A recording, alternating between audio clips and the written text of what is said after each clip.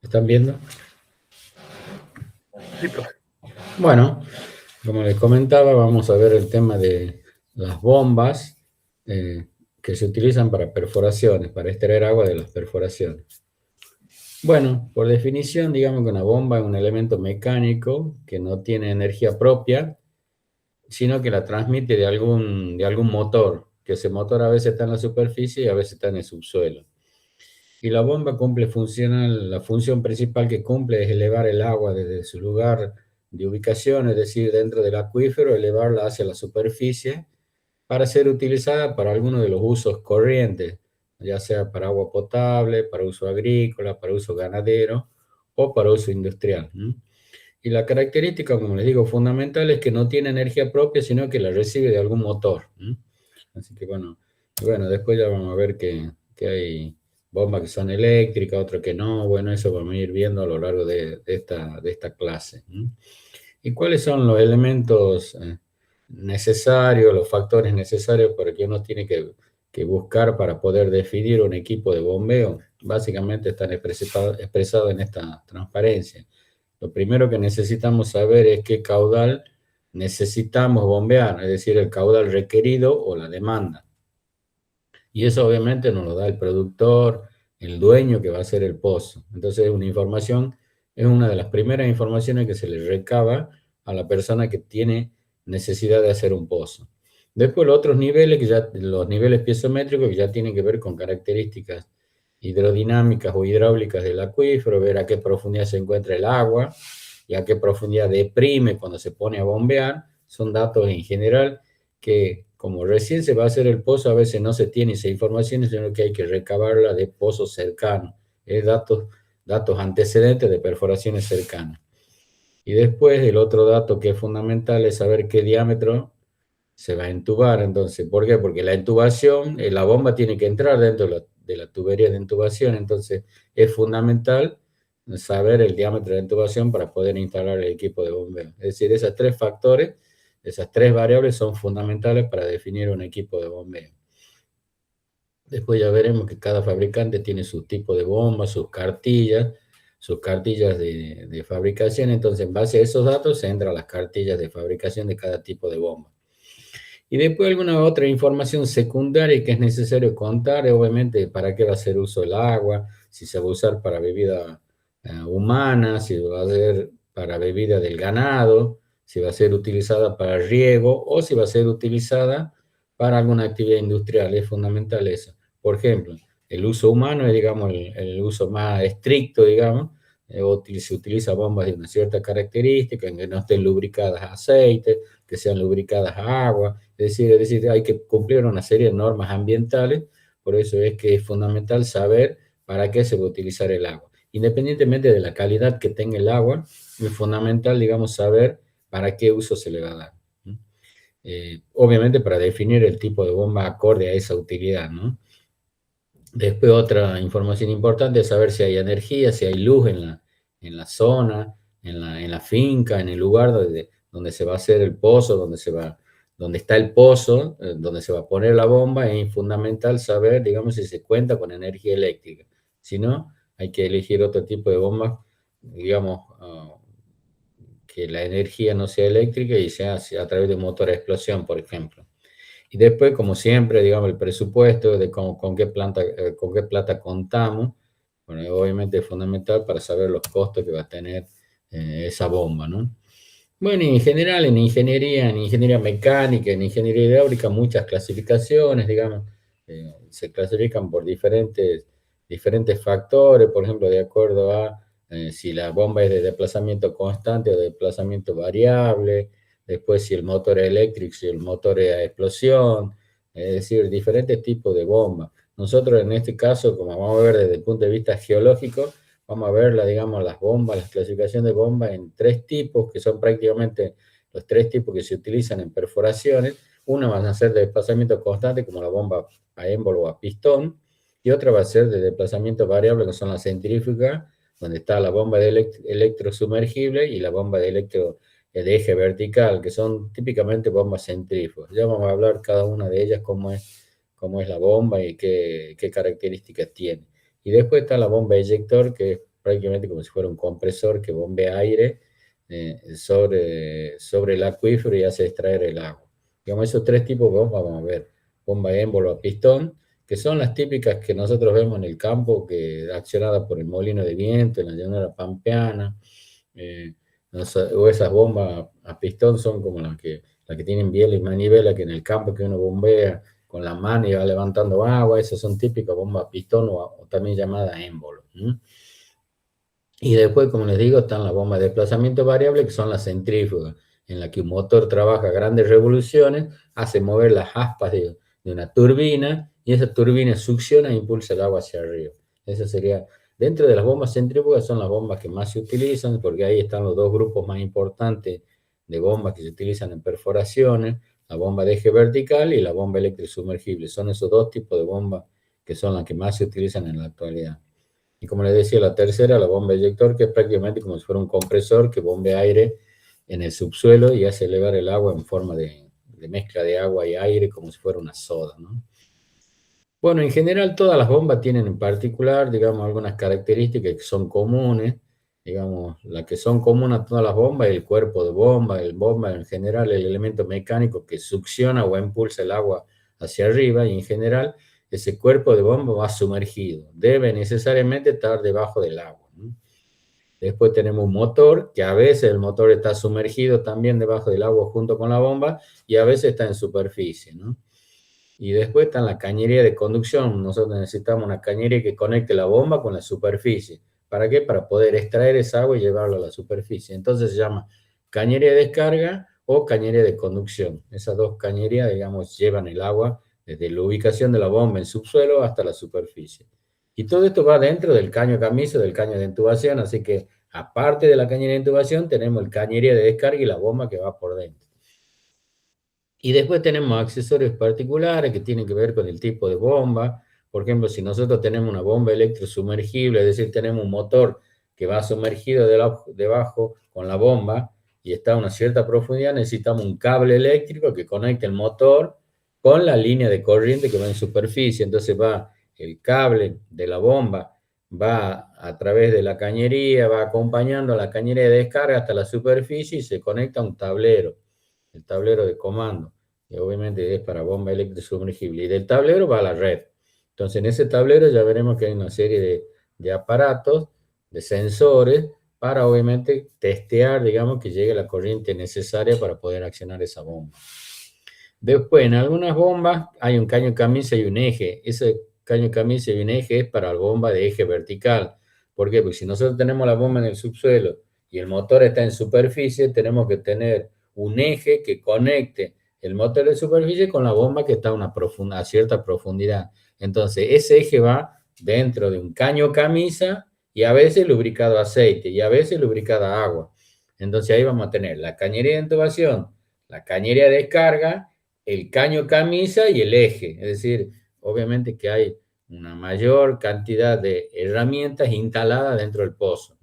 Y ya veremos que una bomba electrosumergible y una bomba de eje vertical tienen diferentes rendimientos. Digamos, una electrosumergible, como tiene el motor en profundidad y muy cerca de la bomba, porque el eje es cortito, porque va todo sumergido, tiene una mayor eficiencia que una bomba de eje vertical, donde tiene el motor en superficie y la bomba en subsuelo. Entonces, ese eje, como está dentro de un caño camisa, lubricada a aceite o lubricada a agua, tiene un rozamiento, hay una pérdida de energía, lo que se llama una pérdida de energía por rozamiento. Entonces la eficiencia de la bomba de eje es mucho menor que la electrosumergible, ¿no? Es decir, gastamos más energía en la bomba de eje vertical para sacar un determinado caudal. No quiere decir que saque pocos caudales, no, saca muchos caudales, pero siempre teniendo en cuenta que gastamos mayor energía, porque parte de la energía se pierde por rozamiento dentro del caño camisa, entre el eje y el caño camisa, ¿no? Después otra parte que pueda tener la bomba de eje vertical es el cabezal de descarga con polea y cardan. Bueno, ya vamos a ver alguna foto. El motor está, digamos, el cuerpo de bomba está abajo, el caño camisa y el eje van hacia la superficie. Cuando llega a la superficie, sale un eje en el cabezal y ese eje va conectado a veces a una polea, a un cardan, es decir, tenemos que conectar ese cabezal con un motor que acciona la bomba.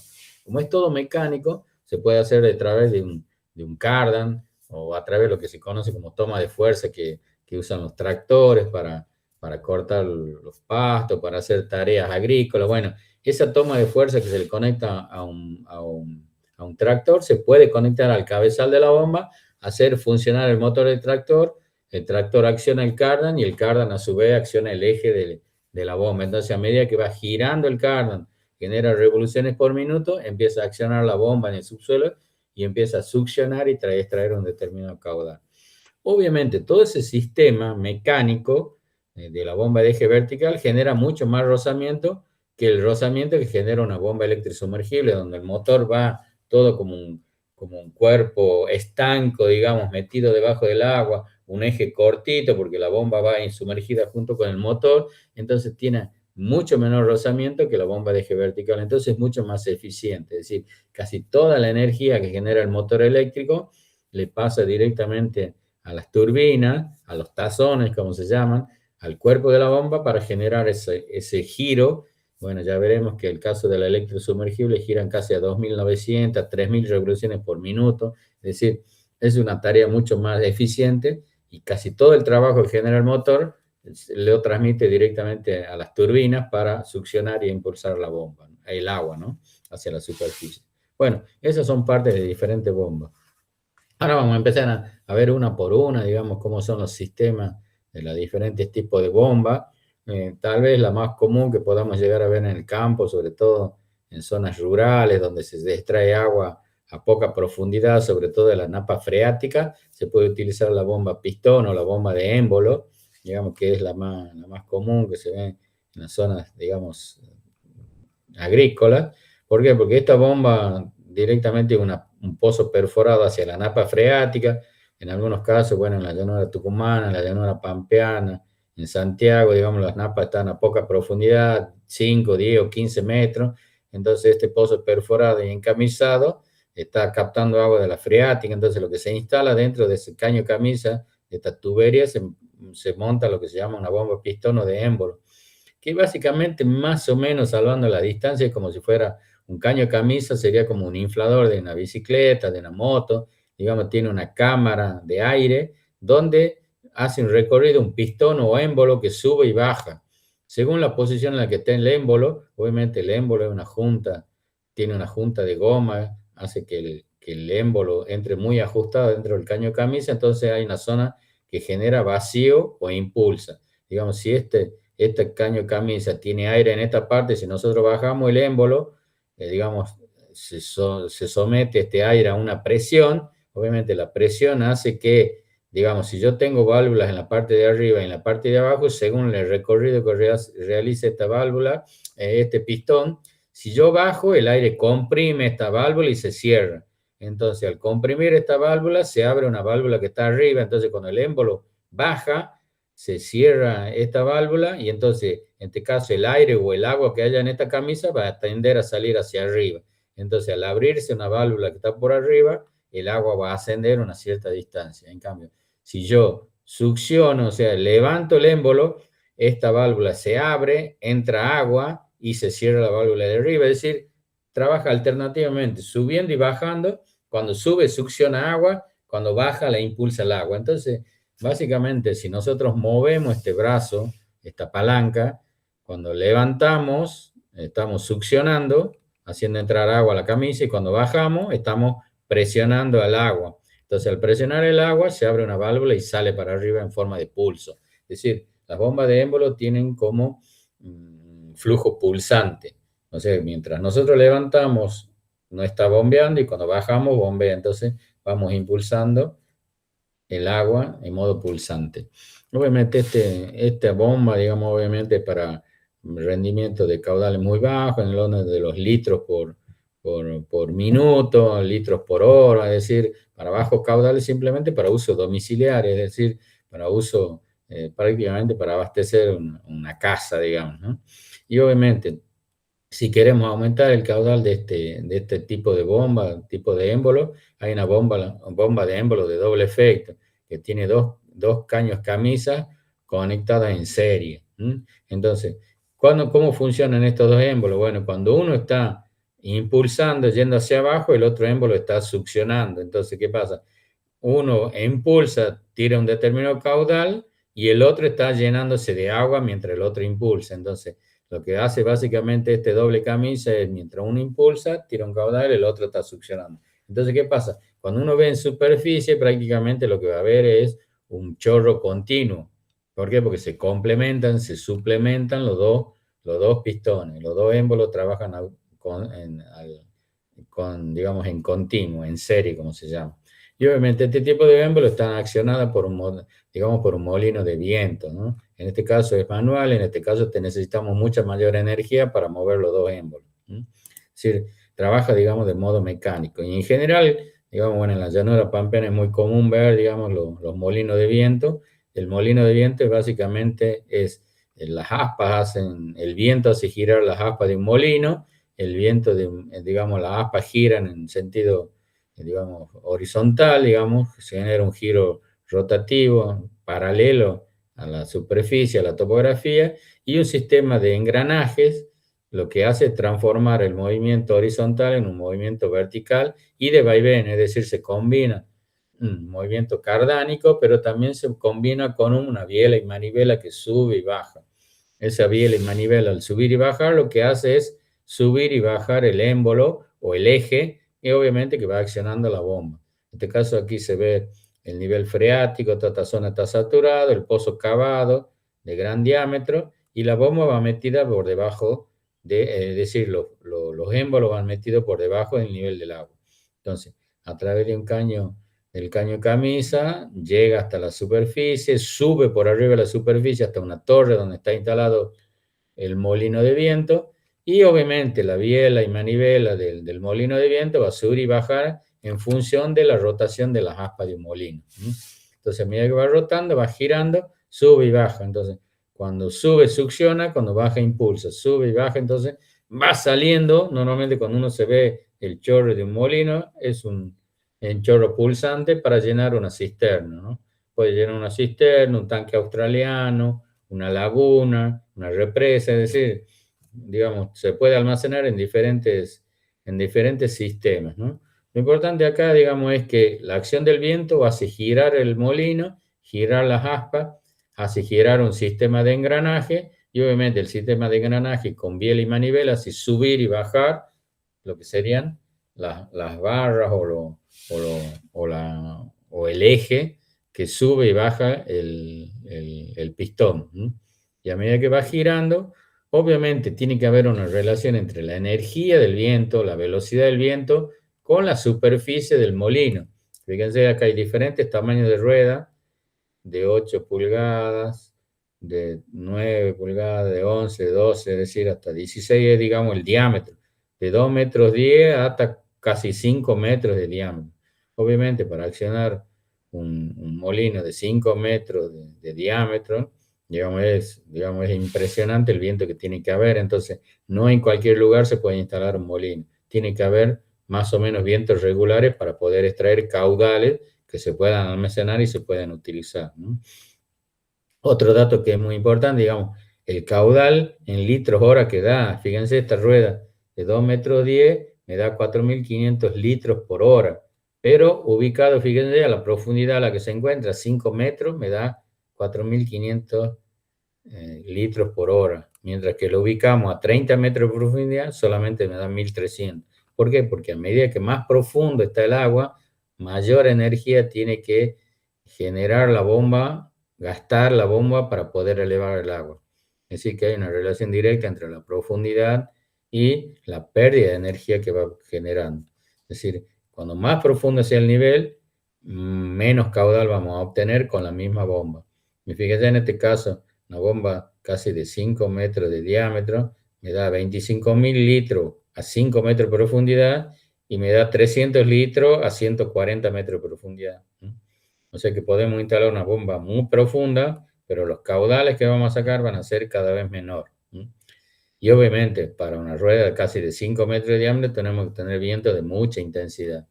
Así que bueno, todo eso hay que calcular, digamos, para poder instalar este tipo de bombas. Por eso vamos a ver, es muy común que veamos en el campo los molinos de viento abandonados, rotos. Bueno, es muy común, digamos, que estén muchos de estos pozos abandonados porque a veces se calcula mal y trabaja mucho menor tiempo, digamos. Necesitamos a veces vientos muy grandes, muy intensos, muy fuertes para poder accionar estas bombas, ¿no? Bueno. Después vamos a ver otro tipo de bombas que son bombas también llamadas domiciliares, como estas bombas, sobre todo acá en Tucumán, que tenemos las napas freáticas muy cerquita, 3, 4, 5 metros, se pueden utilizar bombas de diafragma. En realidad este cuerpo de la bomba, digamos que genera la succión, hay bombas que succionan hasta 4 o 5 metros de profundidad sin ningún problema. Lo único que hay que hacer es purgarle, es decir, dentro de estas cámaras diafragma que tiene, hay que agregarle agua para poderla purgar y succionar. Y obviamente, en este caso, como tenemos corriente eléctrica, la podemos accionar con un motor eléctrico. Digamos, un motor de medio HP, de 3/4 de HP, podemos accionar esta bomba. Obviamente son bombas de muy bajo caudal, fíjense la cañería, prácticamente una cañería de 3/4 de plástico, digamos, de PVC, obviamente para sacar pequeños caudales para almacenar en una pileta o darle agua a pequeñas, digamos, uso domiciliario. Digamos. Después podemos llegar a tener algunas bombas accionadas a mano, a través del sistema de biela, manivela, como si fuera la palanca de una bicicleta, accionada a mano, haciendo girar una rueda. Esta rueda va conectada como si fuera un tipo de bomba a pistón, una cámara de aire que por la que va pasando, digamos, una especie de estopa, digamos, una junta, un tipo pistón que entra dentro de la cañería, y al arrastrar este pistón que entra dentro de la cañería va arrastrando primero aire y después agua. Y en la cámara esta se va llenando primero de aire y después con agua a medida que va pasando por debajo del nivel de saturación. Se va llenando con agua y a medida que hacemos girar esto, el agua va a ir ascendiendo dentro de esta camisa hasta que rebalsa en este punto de fuga que es el caño. A partir de este caño se va a ir sacando agua para llenar una cubeta, llenar una pileta. Obviamente estas son bombas accionadas a mano, trabajan básicamente como si fueran la bomba a pistón, y obviamente la bomba va llenando una determinada cubeta, obviamente para bajos caudales de uso domiciliario. Como les decía, la energía, digamos, que hace accionar esta bomba es obviamente la energía de la mano. A veces se utiliza algunas bicicletas conectadas para pedalear, otras veces se utiliza motor eléctrico haciendo girar una rueda, digamos, es decir, cualquier fuerza, digamos, de energía hace girar esta rueda y hace salir un determinado caudal. Cuando más profundo sea el pozo, obviamente vamos a necesitar una energía cada vez más grande, ¿no? Pero básicamente el sistema es el mismo, digamos, ¿no? Aquí este sería otro esquema de este mismo sistema, una rueda que gira, la junta de goma entra dentro de la cañería, arrastra un determinado volumen de agua y el agua va a ir ascendiendo a medida que hacemos girar la rueda. Una vez que ya se llenó toda la cañería de agua, automáticamente empieza a rebalsar agua hasta una cuba, hasta una pileta, y obviamente a partir de ahí la gente puede ir a extraer agua. En general se utiliza este tipo de bomba en poblaciones aisladas, en zonas de campo, lo que se llama población rural dispersa, es decir, que no está en conglomerado urbano, sino que está dispersa. Entonces, en la zona más cercana de toda esa población, de todo ese caserío, se hace un pozo. Normalmente las zonas más cercanas son las escuelas rurales, ahí se hace el pozo, y obviamente la gente va a buscar hacer viajes, como se llama, viajes de agua para llenar sus cubas y llevarla a su lugar de aprovechamiento, a su casa, ¿no? Son, digamos, bombas muy rudimentarias, muy de bajo caudal. Después ya dentro de las bombas que generan mucho caudal y que se pueden utilizar tanto para riego, para uso humano, para uso industrial, están las bombas centrífugas. Y ahí vamos a tener dentro de la centrífuga tenemos un elemento mecánico que gira a grandes revoluciones dentro de una camisa. En general, ese elemento mecánico que gira a grandes revoluciones puede ser una turbina tipo caracol, o sea, tipo caracol o tipo turbina, es decir, en general, salvando la distancia como serían si fueran las aspas de un ventilador. En el caso del ventilador, impulsa aire en una dirección. En este caso las aspas no son totalmente planas, sino que tienen una cierta comba, es decir, tienen una comba en dirección del eje de rotación, de manera tal que lo que hace estas aspas es impulsar el agua, se llena de agua pegada a las aspas, y al girar hace como un efecto tirabuzón, digamos, empieza a girar el agua en forma rotativa, y obviamente al girar en forma rotativa, según la forma que tenga las aspas, va a trabajar en forma de tirabuzón, digamos, de caracol, e impulsarla al agua en sentido rotativo. Y si vemos esta imagen, vamos a ver que al girar en las aspas en sentido rotativo, lo que hace es hacer girar el agua en sentido rotativo, digamos, en dirección perpendicular al eje de rotación. Entonces, si de alguna manera a esa caño camisa nosotros le hacemos una zona de fuga, una zona de escape, digamos, como sería este caso, una descarga en forma de caracol hacia arriba, el agua al girar a grandes revoluciones lo que va a hacer es fugar, impulsar por la cañería de descarga hacia arriba. Entonces es como que nosotros la empujamos el agua hacia arriba. Este tipo de bomba tipo caracol es que lo normalmente usamos a veces nosotros en nuestra casa si tenemos una cisterna. Dice que hay lugares donde la red de agua potable no tiene mucha presión, entonces no nos sube agua al tanque. Bueno, en ese caso tenemos que poner una bomba de eje horizontal para impulsar el agua desde la red o desde una cisterna que está a nivel de terreno para impulsar el agua hacia arriba, hacia el techo de nuestra casa donde está el tanque de agua. Entonces necesitamos una bomba tipo caracol para que el agua pueda subir hacia el tanque de distribución, ¿no? Y obviamente hay otras bombas que son las bombas turbinas. Fíjense que en este caso, como son aspas planas, también se puede generar una succión, es decir, succiona agua y la impulsa. Entonces, de esa manera, el agua va llegando de la red y la vamos impulsando hacia arriba. En la medida que esté prendida la bomba, vamos a ir llenando un tanque de utilización que está en general a mayor altura, ¿no? Y después están las otras bombas que trabajan, digamos, combinado, hay movimiento de rotación perpendicular al eje. En este caso, fíjense las turbinas estas, fíjense que estas turbinas son turbinas que van dentro de una bomba centrífuga, que van dentro de los pozos, y estas son en general son de bronce, es decir, son metálicas, son de bronce de muy buena resistencia. Y estas van conectadas en serie, digamos, hay muchas turbinas que se conectan, 3, 4, 5, 6, que van conectadas a través de un eje. Y todo esto va metido dentro de un cuerpo de bomba, es decir, cada turbina va a tener un cuerpo de bomba, un cuerpo que rodea la turbina y va todo encamisado. O sea, todo van conectadas de modo aislado. Y obviamente el eje, a través del cuerpo de bomba, de la carcasa, como se llama, van conectadas todas las turbinas en serie, una arriba de otra. Y a medida que el motor que acciona esta bomba va a hacer girar el eje, todas las turbinas van a girar a grandes revoluciones. Fíjense la forma que tiene esta como... Fíjense la forma que tiene. Entonces, esto como es forma cóncava, gira a grandes revoluciones y el agua sale despedida a través de estos conductos en forma de tirabuzón alrededor de la bomba. Y acá tiene las ventanas por las que salen. La turbina va dentro de esto, el agua sale por el espacio anular que queda entre la carcasa y la bomba, y obviamente al girar grandes revoluciones genera como un efecto tirabuzón. Y fíjense, bueno, acá no se ve, pero el cuerpo de bomba tiene forma así cóncava. Entonces, genera succión y a la vez la impulsa el agua hacia arriba. Es decir, va impulsando el agua con efecto tirabuzón hacia arriba. Y cada una de estas etapas, digamos, cada una de estas turbinas se llama etapa. Cada una de estas turbinas eleva el agua 5, 10 o 15 metros hacia arriba. Y si nosotros sumamos lo que impulsa cada una de las turbinas conectadas en serie, vamos a lograr, sumando turbinas, hacer que el agua llegue hasta la superficie. Es decir, lo que tienen estas turbinas, como le digo, que no solamente hace succión, sino también impulsión. Es decir, genera como un vacío y le va impulsando el agua hacia arriba.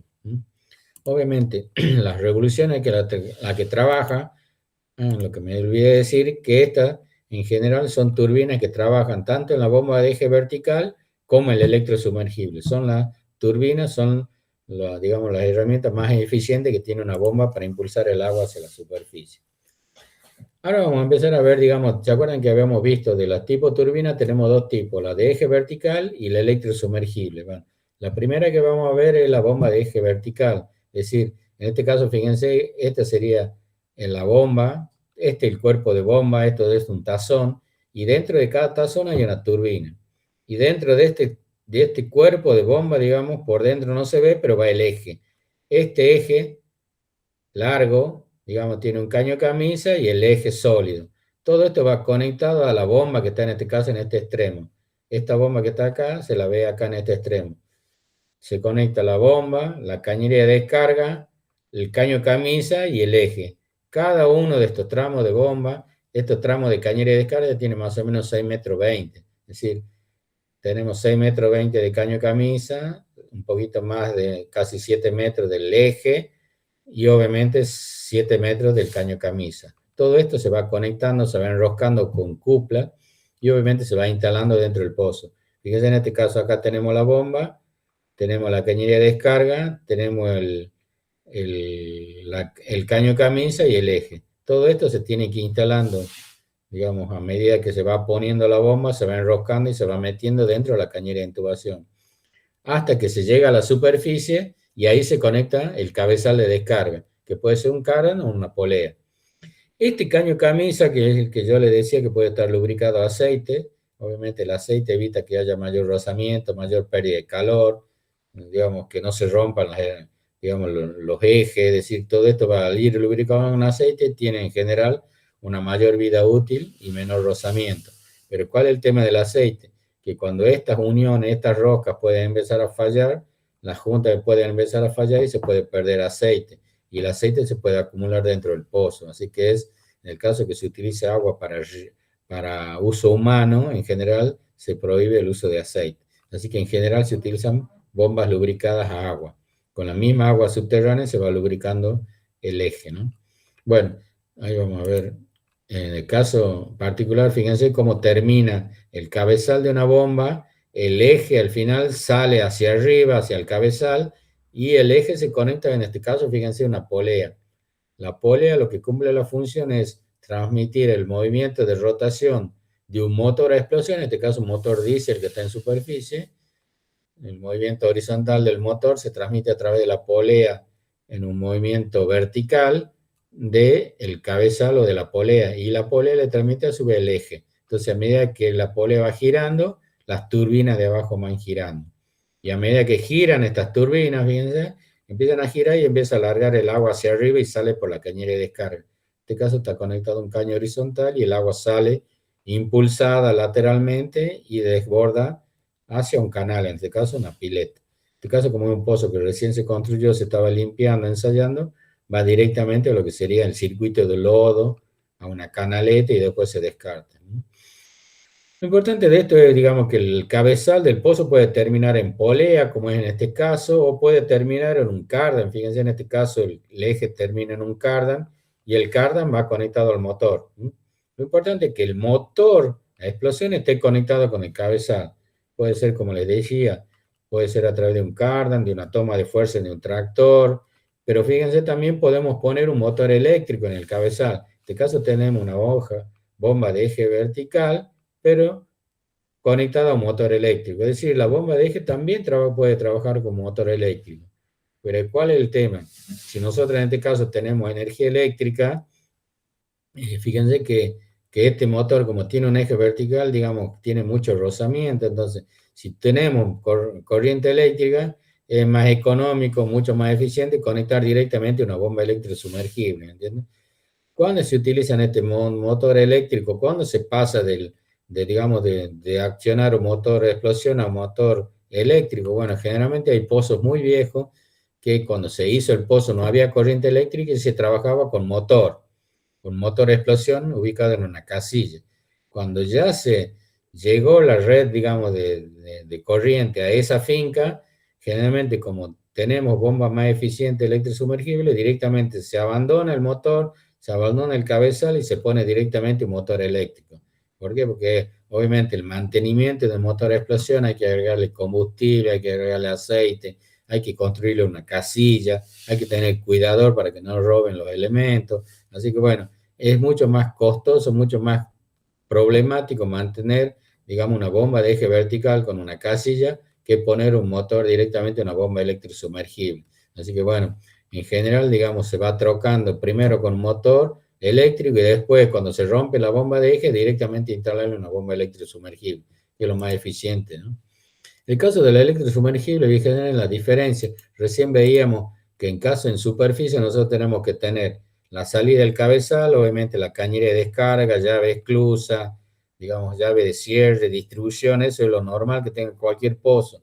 Ahí generalmente se ponen a veces manómetros para medir la presión de la red y obviamente el cabezal va conectado a un motor. Entonces nosotros tenemos que construir, en este caso como es un pozo recién construido, todavía no tiene casilla. Bueno, pero en este caso, cuando ya pasa a explotación el pozo, hay que construirle una casilla donde va el motor, hay que construirle, digamos, reja de seguridad para que no roben, digamos, repuesto del motor, hay que tener tanque de combustible, tanque de gasoil para abastecer a la bomba, hay que tener tanque de aceite para agregar al motor, es decir, tiene que haber un pocero que constantemente esté controlando el funcionamiento del motor y obviamente lo tiene que prender y apagar en la medida que se necesite agua subterránea, ¿no? En cambio, ya vamos a ver que el electrosumergible nosotros podemos programar, digamos, conectar, como va conectada a la red, nosotros podemos programar, digamos, para que prenda y apague en cierto horario, ¿no? Y obviamente tiene mucho menos instalaciones en superficie. Fíjense en este caso, un pozo instalado con bomba electrosumergible prácticamente no tiene casi instalación en superficie. Tiene la cañería de descarga que va conectada a la red. Después tiene obviamente las cuplas, tiene un caudalímetro acá, fíjense ahí no se ve bien, pero es un caudalímetro. Y acá tiene una llave para abrir y cerrar la red. Y después lo otro que sale es una cañería, que esto parece una cañería, pero en realidad es una cañería de plástico donde va metido el cable. El cable de la bomba electrosumergible sale y acá la tenemos que conectar a la red, es decir, conectar a un tablero. Lo único que hay en superficie es un tablero de comando.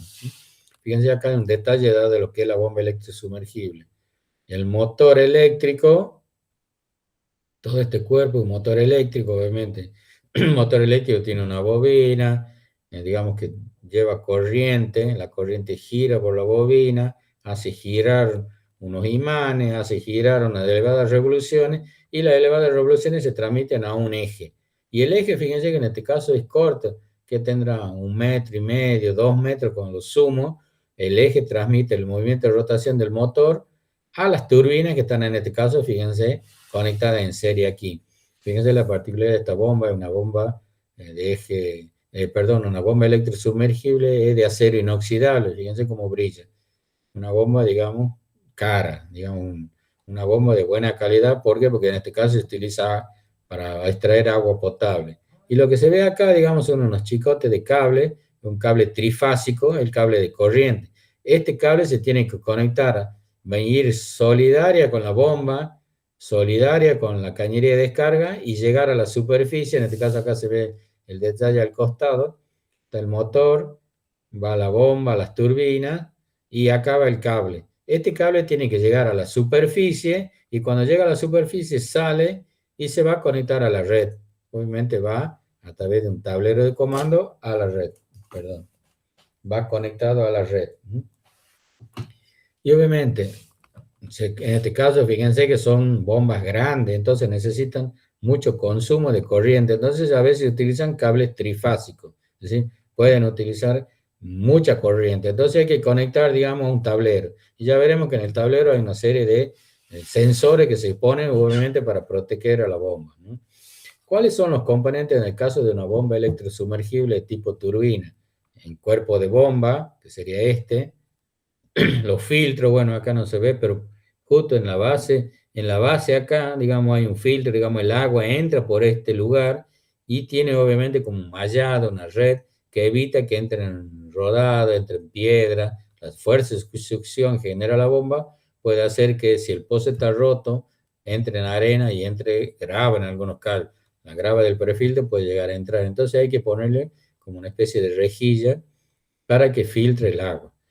Obviamente, si entran partículas, tengan en cuenta que esta bomba trabaja a elevadas revoluciones. Si entran partículas, van a entrar partículas dentro de la turbina. La arena, recuerden que es cuarzosa, feldespática, es muy resistente, muy dura y es abrasiva. Entonces, si entra material geológico, material mineral dentro de la bomba, se puede llegar a romper con el tiempo. Así que lo ideal es que el pozo esté limpio, libre de arena y obviamente que succione agua limpia, ¿no? El motor, este es el motor, digamos, la parte eléctrica, que en este caso el esquema del motor sería esta parte, ¿sí? La parte del motor eléctrico, el eje que sube y ahí se conecta con las turbinas. Fíjense que en este caso hay varias turbinas conectadas en serie, una pegada a la otra, y todas succionan agua, cada una a un determinado caudal, una determinada altura, y la van impulsando a través del espacio anular, por esta zona de borde la va impulsando hacia arriba. Obviamente, cada turbina va sumando impulsión y obviamente el agua va a ir subiendo por este espacio anular entre la cañería de descarga y el eje. Hasta ahí llega el eje y de ahí ya va solamente la cañería de descarga. Es decir, el eje, una bomba electrosumergible, tiene a lo sumo 1,5 metros o 2 metros de largo. A partir de ahí ya va solamente la cañería de descarga, que sería en este caso. La cañería de descarga va conectada con rosca y cupla, van conectándose caños de 6,20 metros unos con otros hasta llegar a la superficie, ¿no? Después, ¿qué otra parte tiene? En general tiene válvulas de retención, es decir, acá el último tazón, debajo del último tazón va lo que se conoce como válvula de pie o válvula de retención. ¿Qué función cumple esa válvula? Cuando el pozo está bombeando, succionando, la válvula está abierta, se levanta y permite que el agua entre a través de la válvula. Cuando la bomba se para, toda la columna de agua que queda dentro de la cañera va a hacer presión, va a bajar, va a hacer peso sobre la válvula y la válvula entonces se va a asentar en la base. Al asentarse en la base, como es una junta de goma, se va a asentar y no va a dejar salir el agua. Entonces, la función de la válvula de retención lo que va a hacer es mantener siempre la cañería llena de agua. ¿Por qué? Porque cuando yo vuelva a prender la bomba, va a succionar el motor, va a succionar la bomba y va a tener toda la cañería llena de agua, entonces automáticamente bien prendo la bomba, me tira agua. En cambio, si no tuviera la válvula de retención, todo el agua que está en la cañería de descarga va a bajar y va a salir por la zona del filtro de la bomba. Obviamente el agua va a ir drenando y obviamente se va a acumular en el subsuelo. Entonces, ¿qué pasa? Cuando yo vuelvo a prender la bomba, va a demorar la bomba succionando y llenando la cañería hasta que llene la cañería hacia arriba, recién va a salir el agua. Es decir, voy a gastar energía levantando agua de mucha profundidad. ¿Y cuál es la otra función también que cumple la válvula de retención? Al tener válvula de retención se frena lo que se llama golpe de ariete. Golpe de ariete es el peso que hace toda la columna de agua sobre las turbinas y como las turbinas giran en un sentido, las turbinas van a girar en sentido contrario con el golpe de ariete. Y ese golpe, lo que de ariete, puede llegar a romper las turbinas. Así que es tan grande la fuerza del agua, la columna de agua que tiene un pozo, que el golpe de ariete puede llegar a romper las turbinas y la bomba. Así que es fundamental que la bomba tenga válvula de pie para que tenga una mayor vida útil, ¿no? Después, alimentación eléctrica, bueno, como les decía, como va accionada por motor eléctrico, el cable tiene que llegar a la superficie y conectarse a la red, ¿no? Es decir, tiene que tener una alimentación de un amperaje suficiente para que accione el motor. Y después el comando del motor, bueno, el comando del motor es lo que se llama el tablero de comando. Como nosotros trabajamos con corriente, el tablero de comando va, digamos, con sensores. ¿Cuáles son los sensores que tiene? Primero tenemos un botón de prendido y apagado, on-off, digamos, el tradicional.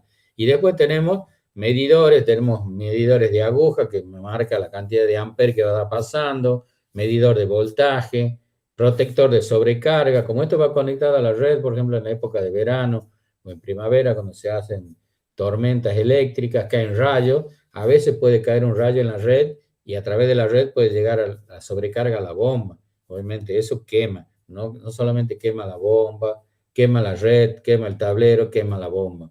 Y obviamente para tener una protección, cuando cae algún rayo en zona cercana a la red o cercana al pozo, lo que va a hacer el protector de sobrecarga es un fusible que se quema para evitar que se queme la bomba, ¿no? Tenemos protector de sobrecarga, protector de nivel también. Bueno, dentro de este sistema hay una boya, bueno, se pone un tubito con una boya que sube y baja según la profundidad del agua, digamos. Obviamente, cuando estamos en nivel estático, el nivel está bien arriba, entonces la boya está alta. cuando empieza a bombear, al succionar un determinado caudal, el nivel de agua va a bajar de un nivel estático a un nivel dinámico, que se llama. El nivel dinámico es el nivel cuando uno está bombeando un determinado caudal. Y a veces ese nivel puede llegar, no sé, por sobreexplotación, por diferentes cuestiones hidrogeológicas, el nivel puede llegar al nivel de la bomba, digamos. Y obviamente si el nivel baja hasta el nivel de la bomba, hasta el nivel del filtro, el nivel de la succión, va a entrar aire a la bomba. Si entra aire, la bomba se quema, se rompe. ¿Por qué? Porque trabaja en vacío. Al trabajar en vacío, se quema, se rompe. Entonces, para evitar que se queme en vacío la bomba, tiene lo que se llama un protector de nivel. Es una boya que va flotando. Cuando el nivel llega cerca a la bomba, automáticamente corta la corriente. Es decir, para proteger a la bomba de girar en vacío.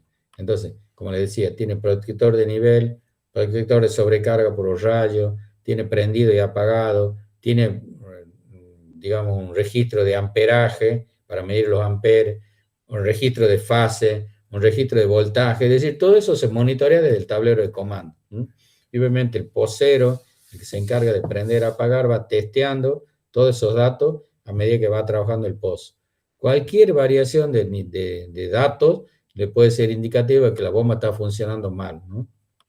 Obviamente, otro dato que necesita el posero es importante medir los caudales, qué caudal está pasando por el caudalímetro. Y otro dato muy importante que tiene que ver con lo hidrogeológico es saber a qué nivel se encuentra el nivel dinámico. Es decir, tenemos que chequear cada tanto, digamos, a veces semanales, a veces mensuales, la variación de los niveles estáticos y dinámicos. Y eso lo tenemos que hacer con una sonda piezométrica que se mete dentro del pozo, ¿no? Ese es más bien trabajo hidrogeológico, ¿no?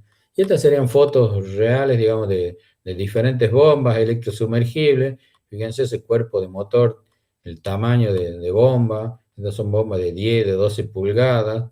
¿Bien? El motor en este caso, y estas son las turbinas, fíjense, las turbinas conectadas en serie. Diferentes motores, diferentes diámetros, obviamente para diferentes pozos. A veces, digamos, si el pozo está entubado en poco diámetro, se ponen bombas de menor diámetro, tengan en cuenta que tienen que tener 2 o 3 pulgadas menor que la intubación, entonces tiene que entrar dentro de la cañería de intubación. Entonces, si el motor es chiquito, de poco diámetro, a veces se tiene que poner, digamos, turbinas de menor diámetro y muchas conectadas en serie para sacar un determinado caudal. Fíjense, en este caso tenemos una bomba, en este caso es la zona de Huaco. Estos son alumnos que ya son geólogos, alumnos de la UNLAR. Fíjense este tamaño de motor, un motor de 10 pulgadas, una bomba que se utiliza para riego de olivo. Fíjense los tazones, cuatro tazones conectados a este motor.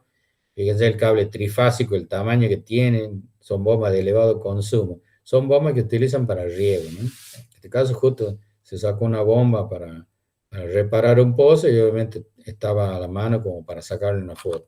En este caso son bombas que se utilizan en la Comunidad de Madrid, España, digamos, son bombas de diferentes diámetros, de diferentes caudales para diferentes pozos que están ahí en reserva, digamos, para el caso de que haya que reemplazar alguna bomba. Fíjense en el caso, son todas electrosumergibles, fíjense cómo se ve el motor, las turbinas y el cable.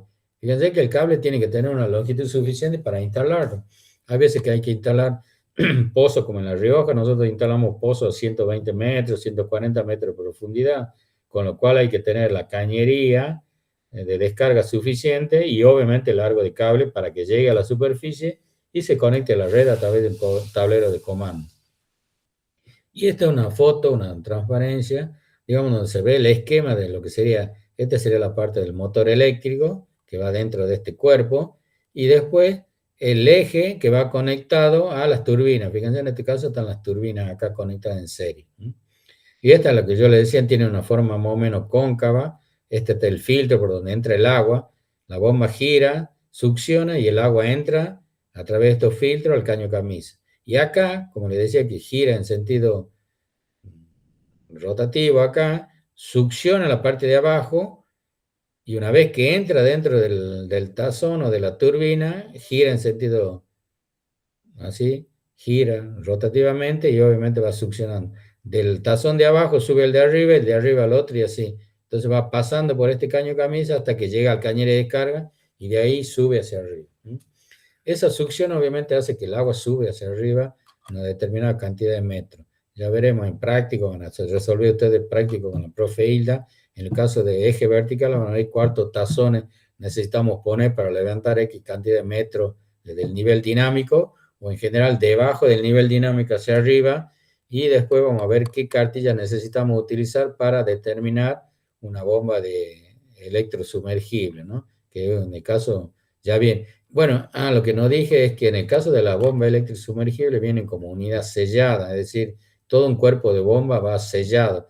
Nosotros solicitamos el diferente tipo de bomba que ya viene como prearmado.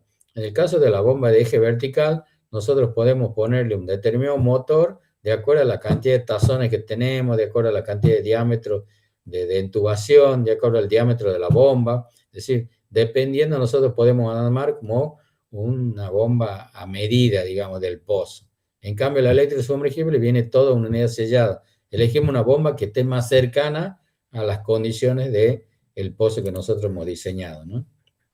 Bueno, eso lo vamos a ver ahora enseguida en las cartillas. Después está, digamos, un tipo muy especial de bomba, que es una bomba a eyector o a inyección de aire o agua, digamos, consta básicamente de lo que sería un compresor que está ubicado ahí en la superficie, bombea aire, y el aire se bombea a través de una cañería que burbujea debajo del nivel dinámico. Obviamente ahí, debajo del nivel dinámico, se va a generar un burbujeo, que obviamente nosotros para poder extraer agua tenemos que poner una cañería de descarga, que en general obviamente tiene un diámetro mayor que la cañería de aire y va metido como si fuera una campana dentro del agua, ¿no? Al burbujear el aire dentro de esa cañería, el aire va a impulsar el agua hacia la superficie y va a salir impulsada por esta cañería de descarga, como si fuera un soplo de aire y agua, como si fuera una soda va saliendo en la superficie. Es muy parecido al método que nosotros utilizamos en desarrollo y limpieza de pozos para sacar la bentonita. Para sacar la bentonita y la matriz de la formación. Bueno, se hace burbujar aire por debajo del nivel de saturación, por debajo del nivel dinámico, y el agua sale despedida a través de esa cañería hacia la superficie. Bueno, en este caso, obviamente, sale una mezcla de agua y aire, y por eso se llama método de eyector o método de compresor, también le llaman. Pero necesitamos, obviamente, hacer burbujear aire. Y después, bueno, este es un método, como les decía, de compresor, y después vamos a ver que está el método de eyector, propiamente dicho, es, digamos, el agua, el aire bombea dentro de un caño camisa, y como si fuera una boquilla tipo Venturi, un tubo de Bernoulli, que aumenta la presión de compresión acá debajo del agua, y obviamente sale como el aire y el agua despedida hacia la superficie, hacia la zona de aprovechamiento. Aquí creo que por acá está más o menos el detalle. Fíjense cómo es que trabaja el eyector o tipo Venturi. El aire viene por una boquilla, viene por una cañería y descarga en una boquilla fina. Es decir, al haber una contracción acá de la salida, el aire sale despedido a mucha velocidad, se encuentra con un tubo de Venturi que está debajo del agua, y obviamente lo que va a hacer es impulsar el agua que está en esta parte de acá, y la impulsa hacia arriba y la saca hacia su lugar de aprovechamiento. Obviamente, tiene que tener una relación entre el compresor, la capacidad que tiene el compresor en bombear un determinado volumen de aire, con el caudal que nosotros queramos extraer, ¿no?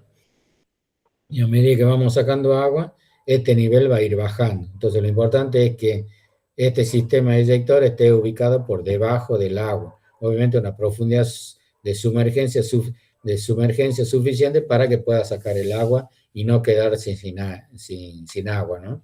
Y obviamente los eyectores en general tienen esta forma, son de diferentes tamaños, y en general bombean bajos caudales, o sea, son para pozos de pequeña profundidad y de obviamente que obtienen bajos caudales, ¿no? En general, como les digo, yo a mi largo en mi carrera no he visto ningún pozo de esto instalado con bomba de eyector, así que básicamente simplemente es para conocimiento general que les transmitimos que existen, digamos. En general nosotros vamos a trabajar con bomba electrosumergible y bomba de eje vertical, ¿no? En este caso, algunos catálogos de bombas, que esto lo van a trabajar más con la profe Hilda en práctica usted. A la izquierda tenemos los catálogos de bombas de eje vertical, y a la derecha la de bomba electrosumergible, digamos. ¿Qué tienen en común los dos catálogos? Bueno, que la bomba de eje vertical y el eléctrico sumergible, nosotros tenemos que entrar con dos variables importantes. Una es con el caudal. ¿Qué caudal necesitamos? Y el otro es a qué profundidad se instala el nivel dinámico. O sea, si el nivel dinámico está profundo, necesitamos una bomba más grande para levantar el agua. Y otro, por otro lado, si necesitamos caudal elevado, la bomba va a ser también más grande. Entonces, a medida que aumenta el caudal y aumenta la profundidad del nivel, necesitamos cada vez bombas más grandes. ¿Cuál es la otra limitante? El diámetro de intubación. O sea que necesitamos tres variables. Diámetro de intubación, caudal de bombeo y profundidad de nivel dinámico. Esos tres datos son necesarios para entrar a seleccionar lo que es una bomba utilizada en el pozo. Si tenemos corriente eléctrica, podemos optar por la bomba electrosumergible. Si no tenemos corriente eléctrica, tenemos que seleccionar la bomba de eje vertical. O sea que nos hacemos la siguiente pregunta. ¿Qué bomba necesitamos en un pozo? Necesitamos datos de intubación, diámetro de intubación, caudal de bombeo que necesitamos requerido y profundidad de nivel piezométrico.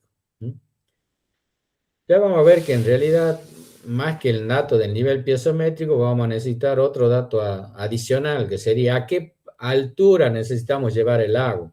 ¿Por qué? Porque normalmente nosotros analizamos de levantar el agua hasta que llegue a la superficie, al terreno, y ahí descarga en un canal o descarga en una cisterna. Es decir, no necesitamos presión adicional arriba del terreno.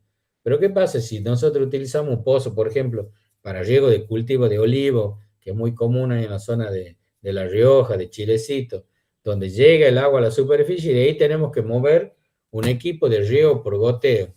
En el caso de riego por goteo trabaja con 2 kilos de presión, 2 kilos, 2 kilos y medio, 3 kilos de presión para que funcione el equipo de riego por goteo, es decir, para que el agua llegue a todo el campo, necesitamos que en la red haya por lo menos 2 kilos y medio, 3 kilos de presión. Y la pregunta clave acá es, ¿a cuántos metros equivale un kilo de presión? Un kilogramo por centímetro cuadrado de presión equivale a 10 metros de columna de agua. Entonces yo necesito, además que funcione con 2 kilos, con 3 kilos de presión el equipo de riego, le tengo que sumar 20 o 30 metros más de columna de agua. Entonces, a los metros de nivel dinámico le tengo que sumar 20 o 30 más por los kilos de presión que necesita el equipo de riego, ¿no? Digo, de equipo de riego porque puede ser, es lo más común que tienen ustedes ahí en La Rioja. Otro caso puede ser el caso que yo no conecte a un equipo de riego, sino que lo conecte a la red de agua potable. Generalmente los pozos van conectados directamente a la red de agua potable.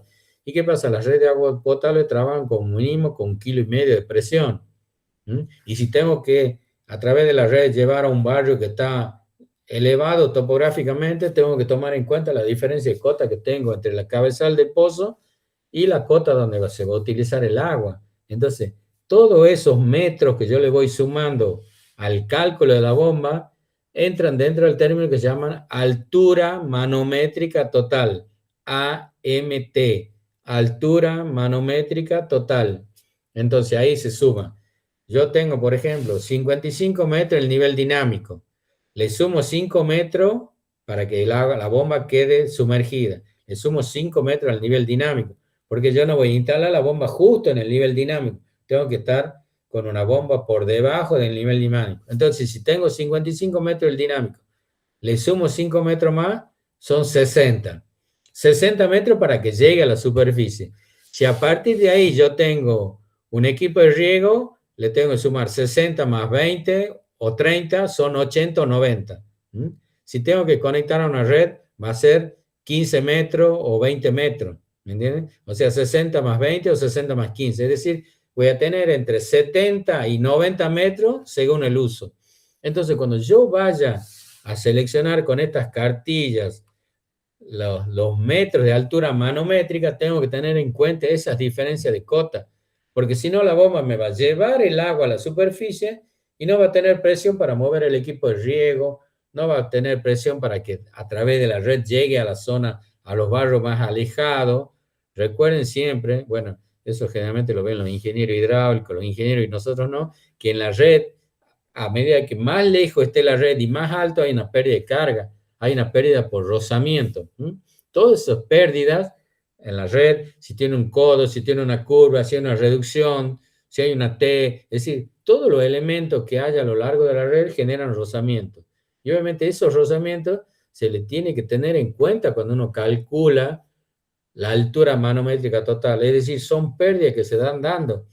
Obviamente, ustedes me dirán, sí, pero una curva, un codo, un T tienen pequeños centímetros o metros de roce, está bien, pero si vamos sumando pérdida a lo largo de una red de mucha distribución, de mucha superficie, tenemos mucha pérdida de carga. Entonces, todo eso los ingenieros sanitaristas, los ingenieros hidráulicos lo calculan. No es nuestra tarea, pero en general hay que tener en cuenta eso. Charlar con los ingenieros agrónomos en el caso del riego, los ingenieros sanitaristas, los ingenieros hidráulicos, que están trabajando en el proyecto, porque todo eso hay que tener en cuenta. Después uno diseña una bomba y obviamente no alcanza a ceder el caudal o no alcanza a tener la presión suficiente para que llegue a la zona más distante. Todo eso hay que tener en cuenta cuando uno calcula una bomba, ¿no? Por cuestiones prácticas, nosotros normalmente, como hacemos un práctico hidrogeológico, somos geólogos los que trabajamos, en general tratamos de calcular que el agua llegue a la superficie y de ahí, bueno, ya es problema de los sanitaristas, de los hidrólogos, de la hidráulica. Pero en general, cuando uno trabaja en proyectos grandes así, tiene que tener un trabajo interdisciplinario y llegar a un acuerdo para ver qué bomba le vamos a poner y obviamente todos opinan para opinar y elegir el mejor equipo de bombeo, porque a veces uno compra una bomba que es inadecuada, ¿no? Nosotros nos encargamos de hacer los ensayos de bombeo, determinar la bomba que le va al pozo en el momento de la construcción. Después, cuando ya entra a producción, hay que tener en cuenta todas esas pérdidas de carga para que obviamente se obtenga no solamente el caudal necesario, el caudal requerido, sino también para que llegue a abastecer a la zona más distante, ¿no? Y obviamente sea eficiente el proyecto, ¿no? Que en definitiva es el fin de toda inversión económica, ¿no? Bueno, volviendo un poco a estos diagramas, bueno, en general ustedes estas gráficas las van a trabajar más con la profe Hilda. En general, estas gráficas están en internet, digamos, cada fabricante de bomba tiene su gráfico y obviamente lo común, como les decía recién, que tenemos, obviamente, la característica fundamental es la altura manométrica a la que puede levantar esta determinada bomba y los caudales. Y obviamente, en el caso del electrosumergible ya van a ver que es mucho más sencillo porque tiene algunas curvas nomás, entra prácticamente con los datos. Y fíjense, lo que nosotros tenemos que ver acá, digamos, es la ficha técnica. ¿Cuál es la bomba y cuál es la característica constructiva que tiene? Y de acá sacamos qué caudal sacamos. Digamos, es una cosa más sencilla. En el caso de la bomba de eje vertical, digamos, acá fíjense que son varias gráficas en una. ¿Por qué? Porque fíjense, esta es cómo va bajando el caudal a medida que más profunda la tenemos que ubicar. Acá está la altura manométrica y acá están los caudales. A medida que más caudal queremos sacar y a mayor profundidad tenemos menor eficiencia, ¿no? Entonces, ¿y por qué son varios gráficos en sí? ¿Por qué? Porque acá tenemos una gráfica casi melliza con otra que está, digamos, corrida a una cierta distancia una de otra. ¿Por qué? Porque son digamos, los tipos de bomba. La misma bomba puede tener diferentes impulsores. Y obviamente cada uno tiene una. Fíjense, acá está en un porcentaje, fíjense 80%, 70%. Esta es la zona de mayor eficiencia de la bomba. Nosotros tenemos que buscar una bomba que tenga una eficiencia de 70-80%. Entonces, la zona de mejor aprovechamiento de esta bomba va a ser esta zona. Entonces, vamos a ver que en esta zona tenemos, fíjense en el caso metros cúbicos por hora, 300 metros cúbicos, 900 metros cúbicos, o sea, el rendimiento 900 metros cúbicos, 1000 metros cúbicos, o sea, la zona de mayor aprovechamiento de bomba se da en este campo, pero también tenemos la zona de mayor aprovechamiento, está en un margen de X metros que puede levantar, fíjense, entre 60 y 100 metros, ¿no? Si nos vamos a mayores caudales, obviamente tenemos menor eficiencia de la bomba. A estas zonas marginales tenemos de menor eficiencia. Entonces, lo ideal es buscar bombas que tengan la mayor eficiencia. Bueno, lo que no dije, digamos, todas las bombas se clasifican de acuerdo al tamaño. En este caso, nosotros vamos a ver aquí al costado, generalmente viene con el diámetro de intubación para 8 pulgadas, para 10 pulgadas, para 12 pulgadas, ¿no? En este caso, fíjense, para 10 pulgadas. O sea, una bomba de 10 pulgadas quiere decir que entra en una cañería de intubación de 12 pulgadas, ¿no? O sea, tiene que entrar en la cañería de 12, ¿no? Si nosotros tenemos una cañería de 10, tendremos que poner una bomba de 8. Si tenemos una cañería de 8, tendremos que poner una bomba de 6. Es decir, a medida que tenemos menor diámetro, obviamente vamos a tener menor caudal, ¿no? Ah, y bueno, lo que ya van a hacer con la profe Hilda, digamos, en general nosotros vamos a entrar con el caudal y con el nivel. Es decir, vamos a calcular la altura manométrica que nosotros necesitamos levantar. Entonces vamos a entrar con el caudal, con el nivel, y obviamente vamos a buscar una bomba que entre dentro de este campo.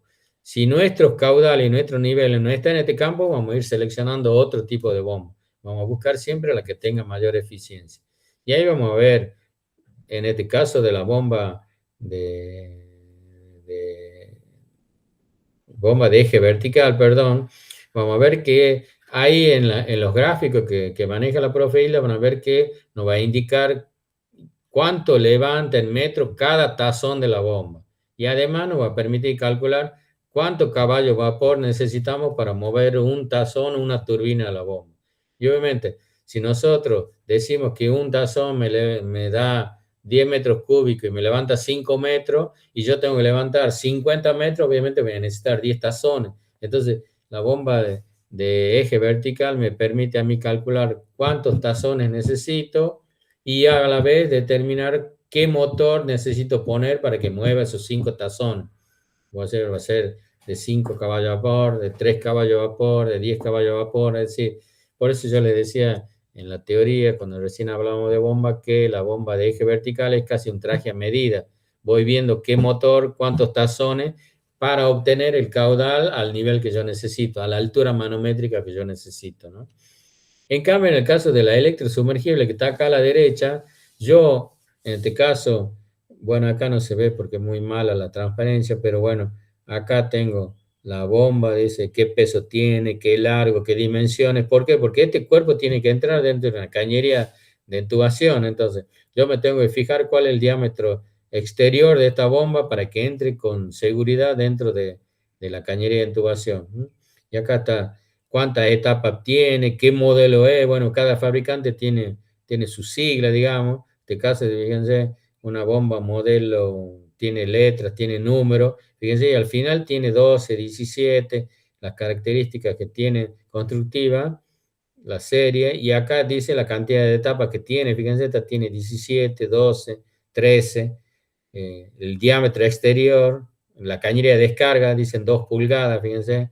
Este es fundamental para hacer la conexión a la red. ¿Cuántos HP? Fíjense. Esto ya viene como una unidad sellada fabricada. Ya viene así. Yo no la puedo modificar. Entonces lo que yo voy a hacer es entrar con el caudal. Fíjense, acá están los metros. Puede estar en pie o en PSI. Los metros de altura que yo tengo que levantar, fíjense, 50 o 10 metros. Y acá están los caudales. Está en siglas inglesas, digamos, los caudales y los niveles. Entonces vamos a entrar, ¿cuál es el caudal que yo necesito? Bueno, entro con un caudal de 30, intercepto la altura manométrica que yo necesito y me fijo cuál es la bomba. En este caso, fíjense, 1, 2, 3 y 4. En este caso, selecciona la bomba 3. En este caso, voy a fijar que esta bomba alcance el caudal y la altura manométrica que yo necesito.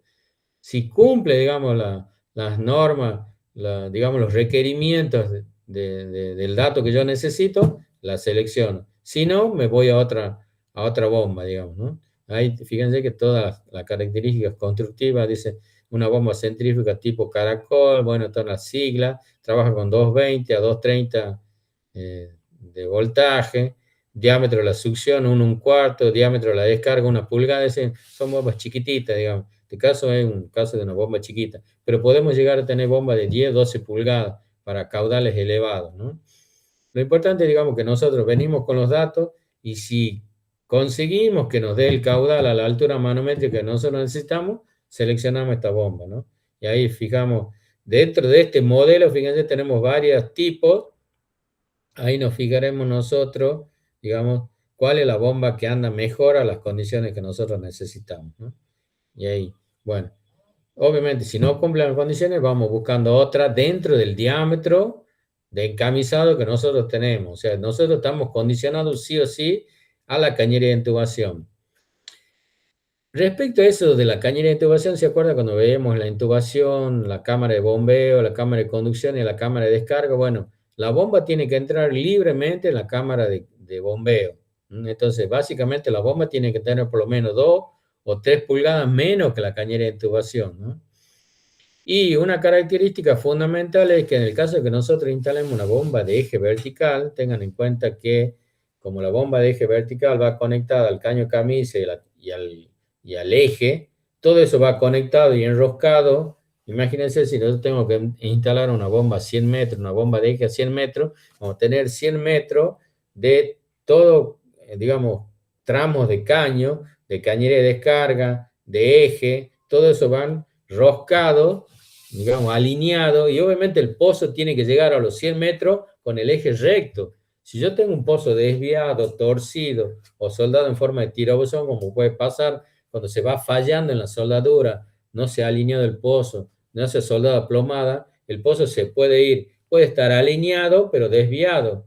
Entonces, ¿qué pasa? El eje va a caer a plomada de modo vertical, digamos, vertical, como si fuera la gravedad, y la cañería está torcida, entonces, ¿qué pasa? Va a ir chocando con las paredes, va a ir rozando, y obviamente, si nosotros la metemos a la bomba forzada, va a llegar un momento que va a rozar tanto que no va a poder moverse, no va a descender, va a quedar trabada. Entonces, en el caso que nosotros tengamos que instalar una bomba de eje vertical, el pozo tiene que estar totalmente alineado y aplomado. Es más, al final del ensayo de bombeo, cuando ya se saca la bomba en las pruebas, se tiene que hacer un ensayo de plomada, se mete una platina dentro de la cañería y se va viendo la desviación que tiene el pozo. Es decir, se acepta una desviación mínima, no tiene que estar desviado el pozo, ¿no? O sea, puede estar fuera de plomada y alineada, y a veces puede estar fuera de plomada y desalineado, que es lo peor, digamos. Ahí cuando se va soldando el caño y va bajando en forma de tirabuzón, ¿no?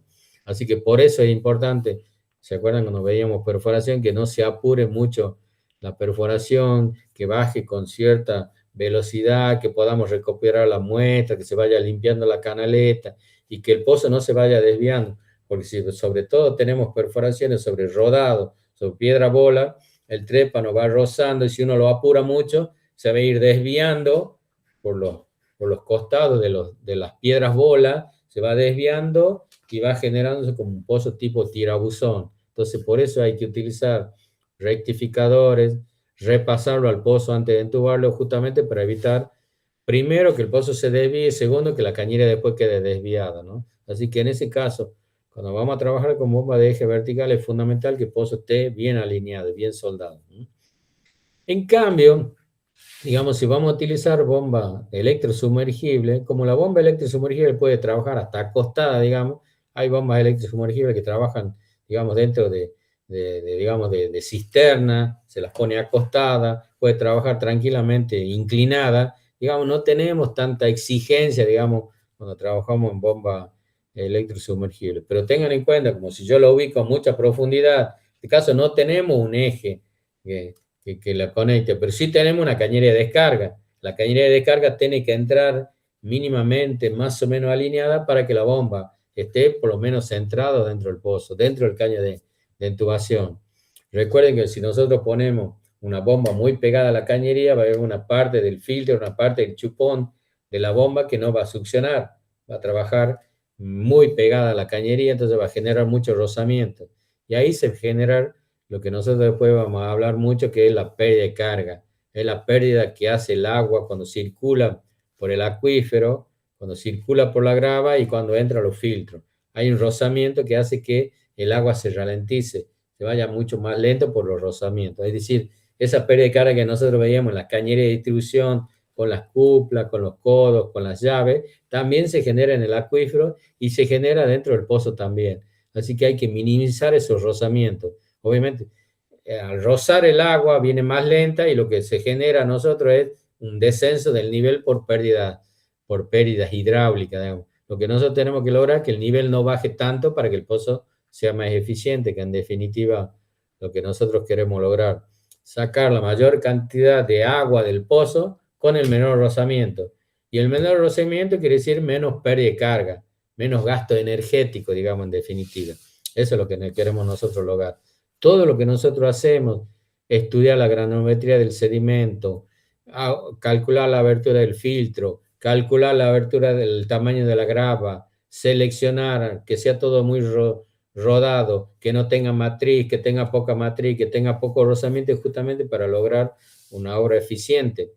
Y lo mismo tenemos que hacerlo eficiente desde el punto de vista hidráulico en la bomba, calcular bien la bomba, lo mejor que le va al pozo, que el pozo esté limpio, libre de bentonita, libre de matriz en la medida de lo posible, que la bomba cuando funcione no tire sedimento, obviamente porque el sedimento ese va a generar erosión, va a romper los tazones, va a romper las turbinas, va a enturbiar el agua, es decir, todo eso tiene que ver con una eficiencia hidráulica. Nosotros tenemos que apuntar a hacer el pozo lo más eficiente posible.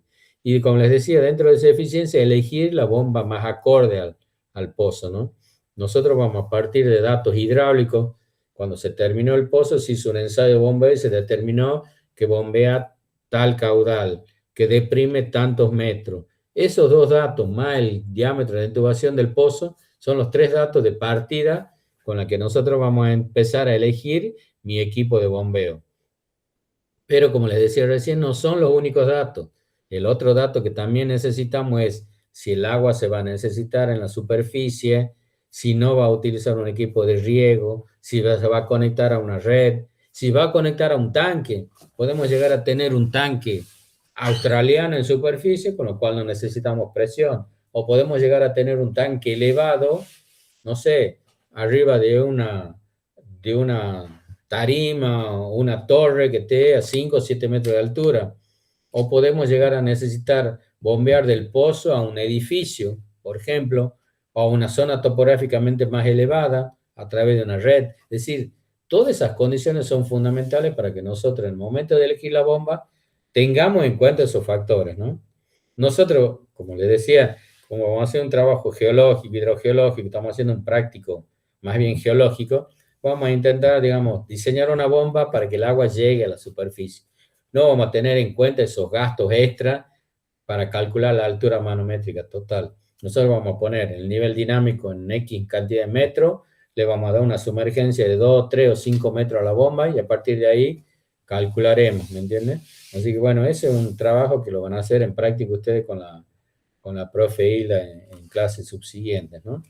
Así que bueno, la bibliografía, como siempre, digamos, toda la bibliografía está disponible, digamos, en modo virtual, obviamente, hoy en día prácticamente tenemos toda la gran parte de la bibliografía procesada con apuntes, o sea, gran parte de esta bibliografía que hemos utilizado son trabajos, digamos, editados en España, hay algunos trabajos, como el caso del Vilela, que se publica en Tucumán, son, digamos, bibliografía histórica. Y después, bueno, yo siempre les digo que digamos, el Padre Nuestro o la Biblia de la hidrogeología, el libro Custodi Llama, que hoy en día está disponible en internet, hay 2 tomos, el tomo 1 y el tomo 2, son hidrología subterránea, son 2 tomos verdes, que prácticamente hay toda la materia, está distribuida ahí en ese libro, obviamente nosotros le llamamos la Biblia de la hidrogeología, el libro Custodi Llama. De toda esa bibliografía, obviamente, están generados apuntes, monografías que están disponibles en la cátedra y bueno, si ustedes necesitan que se lo acerquen, me pasan. Yo le voy pasando, digamos, los resúmenes y después si ustedes necesitan profundizar alguno de estos temas, obviamente me avisan y se los paso. Y después... Profe, ¿cómo dijo que se llama el libro? Custodio y Llamas. Custodio y Llamas son los autores. Emilio Custodio y Ramón Llamas son los autores de Hidrología Subterránea, tomo 1 y 2. Y están disponibles, está digitalizado ya, así que eso está disponible. Es más, creo que por ahí tengo un PDF, ya cualquier caso se lo puedo compartir por Google Drive, ¿no?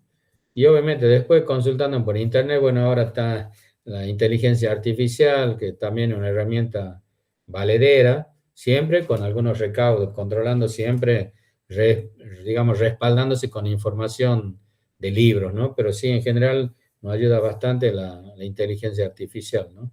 Y obviamente recursos de internet, todas las páginas, digamos, siempre pueden acceder. Hay video, obviamente, video YouTube, todo eso también es muy, muy válido para estudiar la materia, ¿no? Así que bueno, no sé, cualquier cosa, cualquier duda, consulta que quieran hacer, estoy disponible.